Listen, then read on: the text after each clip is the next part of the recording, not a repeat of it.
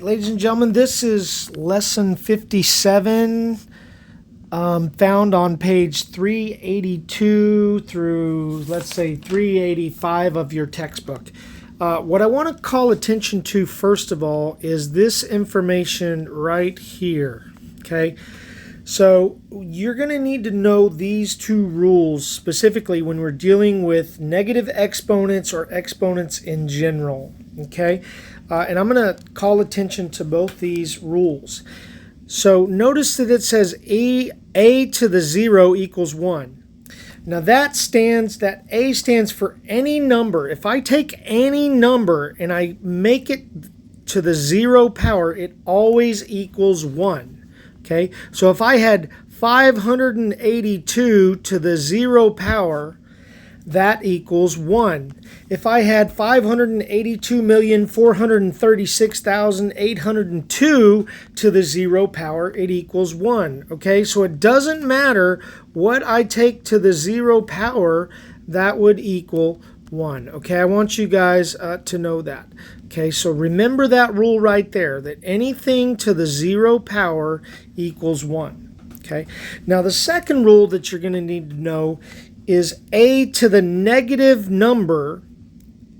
We're going to rewrite that. We're going to make it positive, and we're just going to put it over 1, or we're going to put 1 over that number. Okay, so let me give you an example.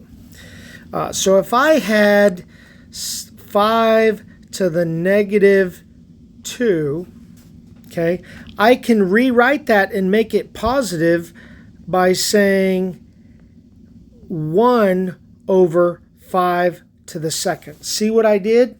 All I did is make it positive. I made the 5 to the negative 2 positive, 5 to the second, and then I put it over 1, okay? That's a very important rule that you're going to learn throughout algebra and throughout pre-algebra this year, okay? So let's go ahead and go through these quick examples really quick. This is the lesson practice, or actually these are the examples found on page this is example 1 found on page 383 of your textbook.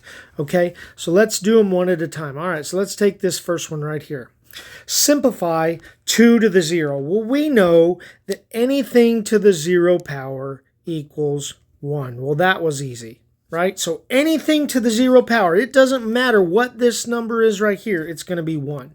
All right, let's take answer B.